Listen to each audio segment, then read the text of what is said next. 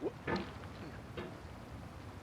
no feeling more intense than starting over. If you deleted your homework the day before it was due, as I have, or if you left your wallet at home and you have to go back after spending an hour in the commute. If you won some money at the casino and then put all your winnings on red but it came up black. If you got your best shirt dry cleaned from the elevator and then immediately dropped it through the toilet. If you won an argument with a friend and then later discovered that they just returned to their original view. Starting over is harder than starting up. If you're not ready for that, like if you've already had a bad day, then what you're about to go through might be too much. Feel free to go away and come back. I'll be here. Alright, thanks for coming with me on this trip. I'll understand if you have to take a break at any point. Just find a safe place to stop and quit the game. Don't worry, I'll save your progress, always, even your mistakes. This game is a homage to a free game that came out in 2002 titled Sexy Hiking. The author of that game was Jazzuo, a mysterious Czech designer who was known at the time as the father of B games. B games are rough assemblages of found objects. Designers slap them together very quickly and freely, and they're often too rough and unfriendly to gain much of a following. They're built more for the joy of building than as polished products. In a certain way, Sexy Hiking is the perfect embodiment of a B game. It's built almost entirely out of found and recycled parts, and it's one of the most unusual and unfriendly games of its time. In it, your task is simply to drag yourself up a mountain with a hammer. That act of climbing, in the digital world or in real life, has certain essential properties that give the game its flavor. No amount of forward progress is guaranteed. Some cliffs are too sheer or too slippery, and the player is constantly, unremittingly in danger of falling and losing everything. Anyway, when you start Sexy Hiking, you're standing next to this dead tree that blocks the way to the entire rest of the game. It might take you an hour to get over that tree, and a lot of people never got past it. You prod and you poke at it, exploring the limits of your reach and your strength, trying to find a way up and over. And there's a sense of truth in that lack of compromise. Most obstacles in video game worlds are fake. You can be completely confident in your ability to get through them once you have the correct method or the correct equipment or just by spending enough time. In that sense, every pixelated obstacle in Sexy Hiking is real. The obstacles in Sexy Hiking are unyielding, and that makes the game uniquely frustrating. But I'm not sure Jazzuo intended to make a frustrating game. The frustration is just essential to the act of climbing, and it's authentic to the process of building a game about climbing. A funny thing happened to me as I was building this mountain. I'd have an idea for a new obstacle, and I'd build it, test it, and it would usually turn out to be unreasonably hard. But I couldn't bring myself to make it easier. It already felt like my inability to get past the new obstacle was my fault as a player rather than as a builder. Imaginary mountains build themselves from our efforts to climb them, and it's our repeated attempts to reach the summit that turns those mountains into something real. When you're building a video game world, you're building with ideas, and that can be like working with quickset cement. You mold your ideas into a certain shape that can be played with, and in the process of playing with them, they begin to harden and set until they're immutable, like rock. And at that point, you can't change the world. Not without breaking it into pieces and starting fresh with new ideas. For years now, people have been predicting that games would soon be made out of prefabricated objects, bought in a store and assembled into a world. And for the most part, that hasn't happened, because the objects in the stores are trash. I don't mean they look bad or that they're badly made, although a lot of them are. I mean they're trash in the way that food becomes trash as soon as you put it in the sink. Things are made to be consumed and used in a certain context. But once the moment is gone, they transform into garbage. In the context of technology, those moments pass by in seconds. Over time, we've poured more and more refuse into this vast digital landfill that we call the internet. It now vastly outnumbers and outweighs the things that are fresh and untainted and unused. When everything around us is cultural trash, trash becomes the new medium, the lingua franca of the digital age. And you could build culture out of trash. But only trash culture. B games, B movies, B music, B philosophy. This is what digital culture is. A monstrous mountain of trash, the ash heap of creativity's fountain. A landfill with everything we ever thought of in it. Grand, infinite, and unsorted. There's 3D models of breakfast, Gen X's fanfic novels, Scan magazines, green screen Shia LaBeouf, banned snuff scenes on Lively. Facebook's got lifelike bots with unbranded adverts and candid shots of Kanye and Taylor Swift mashups, car crash epic failed GIFs, Russian dash cam vids, discussions of McRibs, discarded, forgotten, unrecycled, muddled, rotten, untitled. Everything's fresh for about 6 seconds, until some newer thing beckons, and we hit refresh. And there's years of persevering, disappearing into the pile, out of style, out of sight. In this context, it's tempting to make friendly content that's gentle, that lets you churn through it, but not over it. Why make something demanding?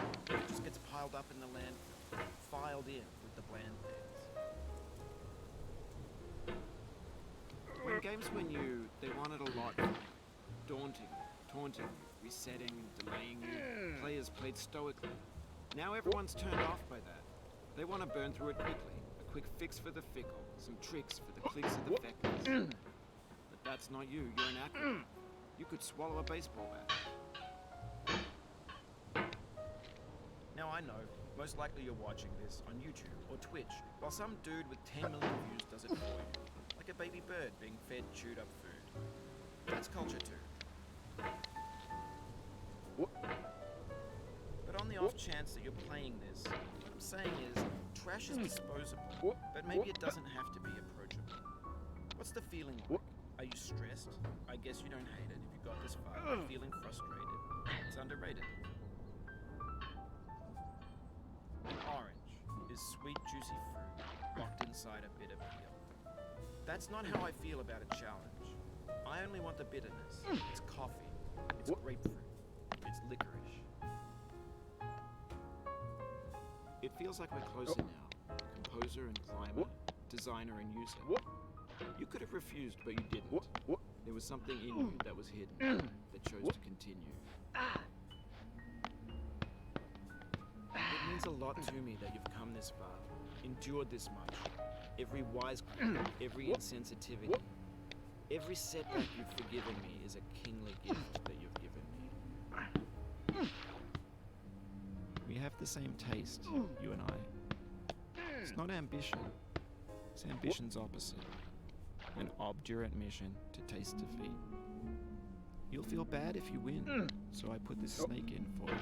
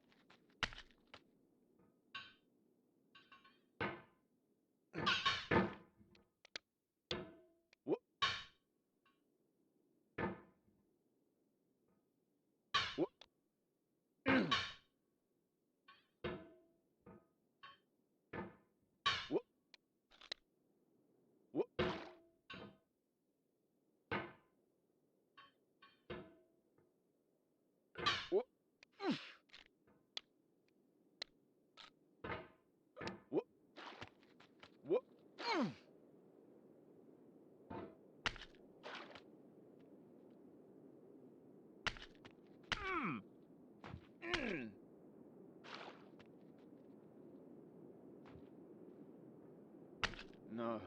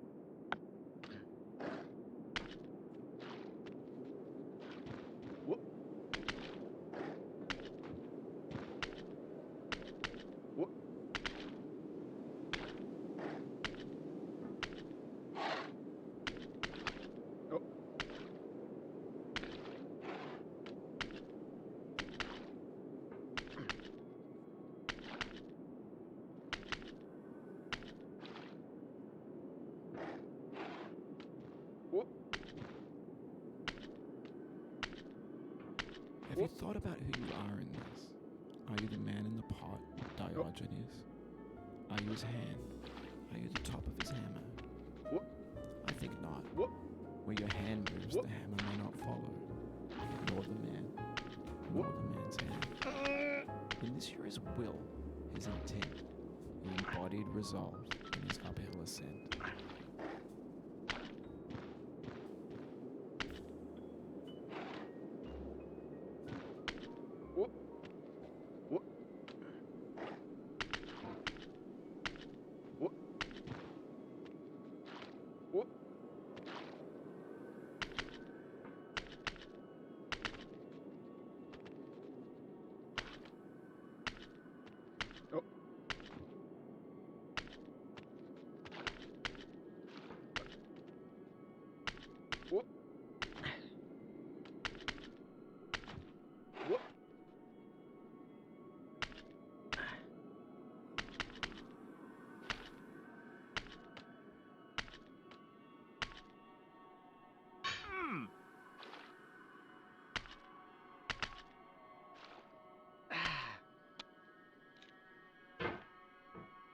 Now, you've conquered the alcove, the platforms, the church and the rectory, the living room and the factory, the playground, construction site, the granite rocks, and the lakeside.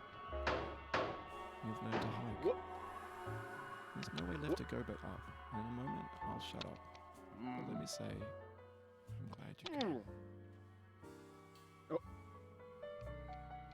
I dedicate this game to you, the one who came this far. I give it to you with all my love. No.